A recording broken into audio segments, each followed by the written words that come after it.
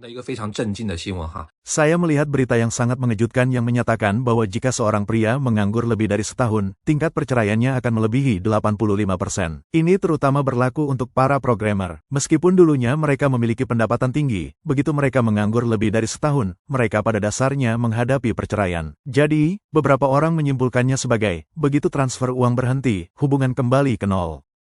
失业之后，我主动提了离婚。 Setelah suami saya kehilangan pekerjaan, saya berinisiatif mengajukan cerai. Awalnya saya pikir saya terlalu munafik, tetapi kemudian saya mengetahui bahwa 3 teman di sekitar saya juga bercerai karena suami mereka kehilangan pekerjaan. Suami saya tahun ini berusia di atas 40 tahun. Dulu dia bekerja di perusahaan bahan bangunan dan posisinya tidak rendah. Mei tahun lalu, dia diberhentikan karena kinerja industri yang buruk dan usianya. Awalnya, dia takut saya khawatir, jadi dia merahasiakannya dari saya. Dia pergi pagi dan pulang larut setiap hari, memberitahu saya bahwa dia akan menjalankan bisnis, padahal sebenarnya dia pergi minum teh dan mengobrol dengan teman-teman. Setelah 2 atau 3 bulan, dia merasa tidak bisa menyembunyikannya lagi. Jadi, dia mengaku kepada saya. Sebenarnya, saya juga berpikir itu bukan masalah besar. Jika dia kehilangan pekerjaan, dia bisa mencari yang lain. Saya menghiburnya dan mengatakan tidak apa-apa. Pada hari-hari berikutnya, dia berhenti mencari pekerjaan. Setiap hari, dia entah berkeliaran di jalanan atau bermain game di rumah. Hidup kami menjadi semakin terbatas. Siapa yang bisa tahan dengan ini? Kami sering bertengkar karena hal-hal sepele. Setelah 2 bulan, saya tidak tahan lagi. Jadi, saya berinisiatif mengajukan cerai. Gelombang pengangguran di China terus melanda semua lapisan masyarakat, dan jumlah orang yang menganggur meningkat tajam. Banyak orang menganggur tetapi tidak ingin keluarga mereka tahu. Jadi mereka berpura-pura pergi bekerja setiap hari. Beberapa warganet mengingatkan kita bahwa teman-teman pria sebaiknya tidak pernah tinggal di rumah setelah menganggur, karena di mata istri Anda tidak bisa rumah tangga maupun menghasilkan uang, dan Anda akan menghadapi risiko kehancuran pernikahan. Penelitian telah menemukan bahwa jika pria berpenghasilan tinggi menganggur lebih dari 6 bulan, konflik keluarga akan meningkat secara signifikan. Jika melebihi setahun, tingkat perceraian akan melonjak hingga lebih dari 85%. Hari ini kita akan membahas topik-topik ini. Ada semakin banyak orang yang menganggur di China. Sejak awal tahun ini, perusahaan pura-pura bekerja telah muncul di Beijing, Shanghai, Hangzhou, dan tempat-tempat lain. Beberapa orang yang menganggur menghabiskan $4 untuk duduk di perusahaan palsu semacam itu sepanjang hari, melamar pekerjaan secara online, atau menggunakan ponsel mereka. Perusahaan ini bahkan dapat memberikan yang disebut slip gaji pada akhir bulan. Baru-baru ini, seorang warganet wanita berbagi pengalamannya bekerja sehari di perusahaan palsu untuk menipu orang tuanya setelah diberhentikan. Dia tiba di perusahaan jam 9.45 pagi, menanyakan harganya, dan akhirnya menghabiskan $4 untuk duduk di sebuah workstation karyawan. Dia bertemu CEO perusahaan dan mengetahui dia bisa duduk di kantor presiden dan bekerja dengan membayar $8. Setelah menyelesaikan sarapannya di workstation, wanita itu mulai mencari pekerjaan online dan menggunakan ponselnya saat istirahat. Saat makan siang, dia melihat teman ayahnya juga bekerja di sana. Pukul 17.30, banyak rekan kerja di perusahaan itu lembur. Baru pada pukul 20 rekan-rekan kerja perlahan-lahan meninggalkan pekerjaan dan setengah jam kemudian dia juga pulang. Baru-baru ini ada semakin banyak perusahaan yang berpura-pura bekerja seperti ini dan ada juga perusahaan semacam itu di Chengdu, Sichuan.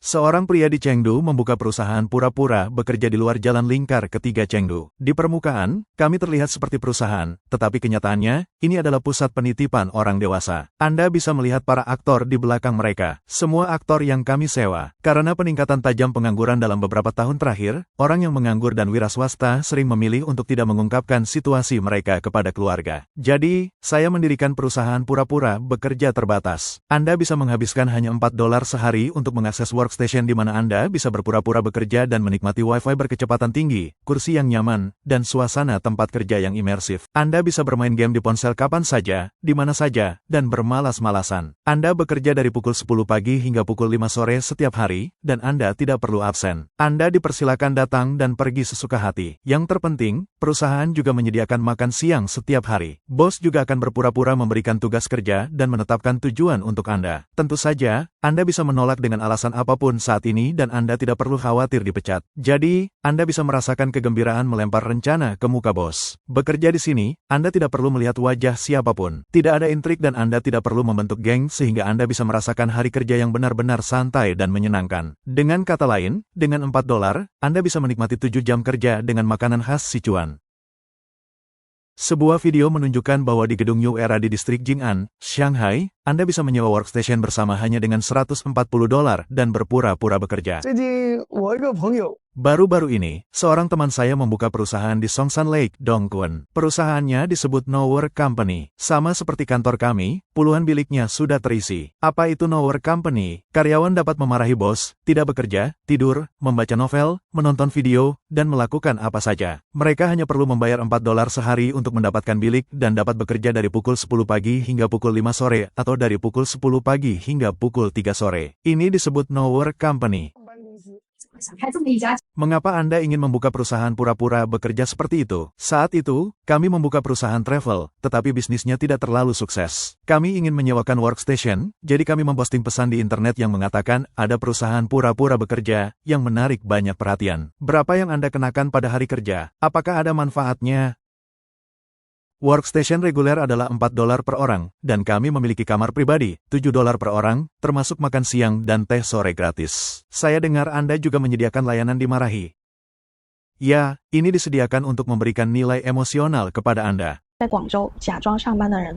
Lebih banyak orang daripada yang bisa Anda bayangkan berpura-pura bekerja di Guangzhou. Ketika Anda berjalan ke perpustakaan atau Starbucks, Anda bisa melihat orang-orang berpura-pura sibuk setelah kehilangan pekerjaan. Mereka menghabiskan sepanjang hari dan malam di sana. Dari pukul 9 pagi hingga pukul 6 sore, sekumpulan orang duduk di depan laptop mereka di Starbucks lantai bawah perusahaan. Mereka tampak bekerja keras, tetapi sebenarnya, pikiran mereka kosong. Ini hanya sebuah pertunjukan. Ketika tiba waktunya gajian, saya merasa gugup. Saya menggigit bibir dan menggunakan kartu kredit saya untuk mentransfer uang kepada keluarga hanya untuk menyelamatkan muka. Hanya saya yang tahu betapa ketatnya uang saya. Mengapa ini terjadi? Gelombang pengangguran tahun ini sangat merusak seperti topan. Pabrik-pabrik tutup, pekerja diberhentikan, restoran-restoran tutup, pelayan kehilangan pekerjaan, dan pekerja kera putih di gedung perkantoran tidak luput. Pengembang perangkat lunak IT dulunya sangat dicari, tapi sekarang mereka sering kesulitan finansial.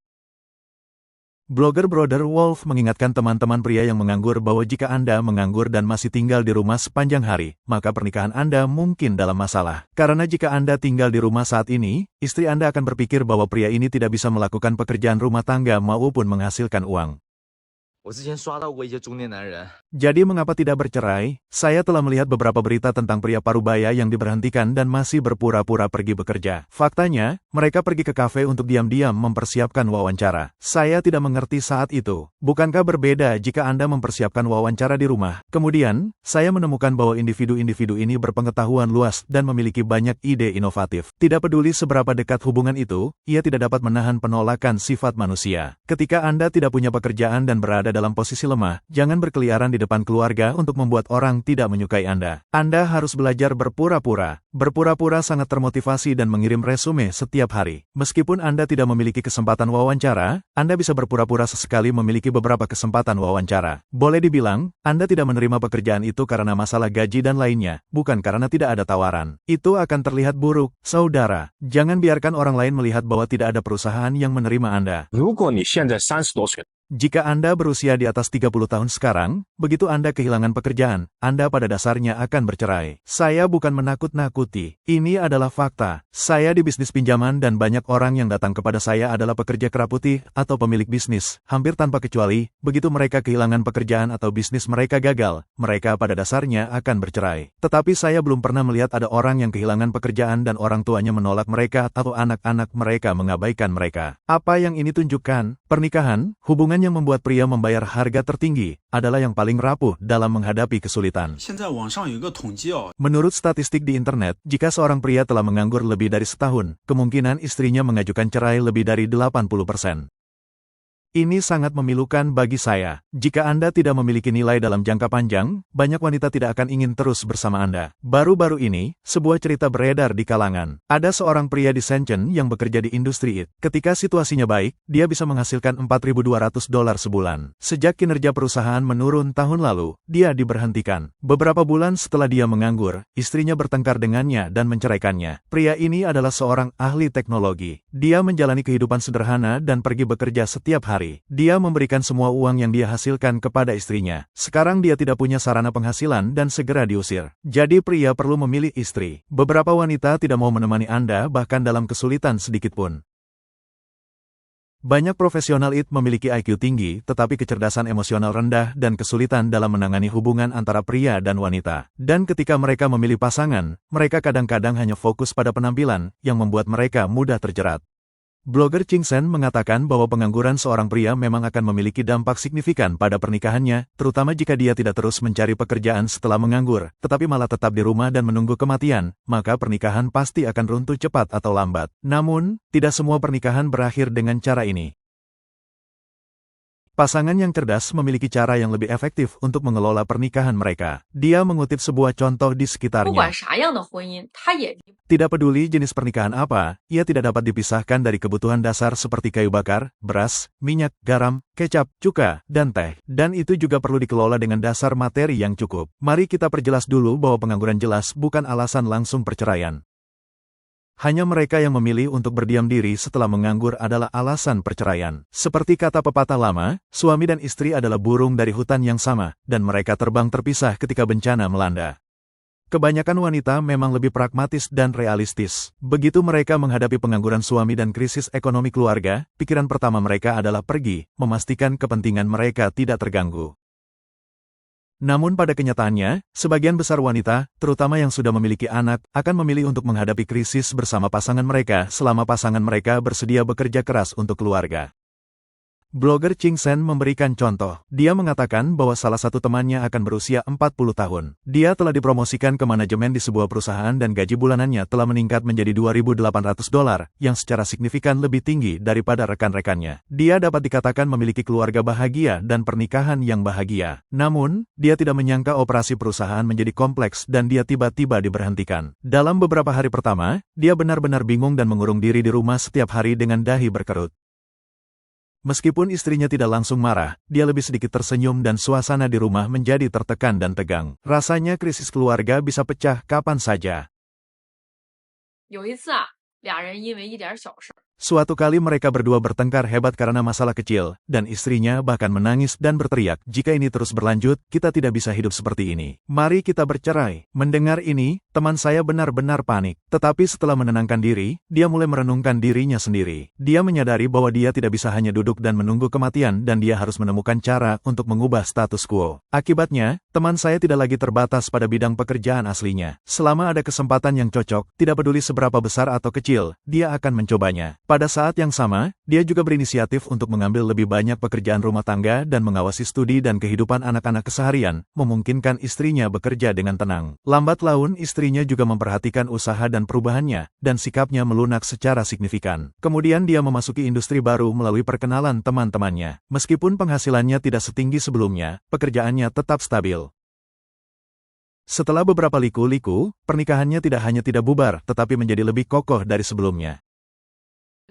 男人失业1年以上，离婚率超80%。 Tingkat perceraian pria yang telah menganggur lebih dari 1 tahun melebihi 80%. Ini adalah topik yang sedang hangat beberapa waktu lalu dan kemudian banyak orang yang marah dan mengatakan bahwa kalian para wanita itu sombong dan hanya fokus pada kenyataan. Ini adalah masalah yang sebenarnya. Faktanya, saya pikir masalah ini tidak bisa dilihat secara sembarangan. Terlepas dari apakah data 80% itu akurat atau tidak, mari kita asumsikan itu benar. Pernahkah kita berpikir berapa banyak dari 80% pria yang bercerai ini yang dapat berinisiatif untuk mengambil alih pekerjaan rumah tangga di rumah seperti kebanyakan wanita setelah mereka kehilangan pekerjaan, mencuci pakaian, memasak, dan merawat anak-anak. Dan berapa banyak pria setelah kehilangan pekerjaan yang kecanduan bermain game, menolak berkomunikasi, dan masih mengabaikan hal-hal besar dan kecil di rumah karena harga diri mereka. Saya tidak mencoba untuk menciptakan konfrontasi antara pria dan wanita. Kita semua tahu bahwa sebagian besar pernikahan gagal karena gesekan internal dan stres jangka panjang daripada hanya masalah ekonomi. Terlepas dari siapa yang menganggur, kedua pasangan harus secara aktif mengkompensasi hal ini dengan mengambil tanggung jawab tambahan seperti pekerjaan rumah tangga, perawatan anak, dan memberikan dukungan emosional. Jadi, daripada melabeli wanita sebagai sombong berdasarkan statistik 80%, lebih baik pikirkan baik-baik apa yang telah Anda berikan kepada pasangan Anda dalam pernikahan ini.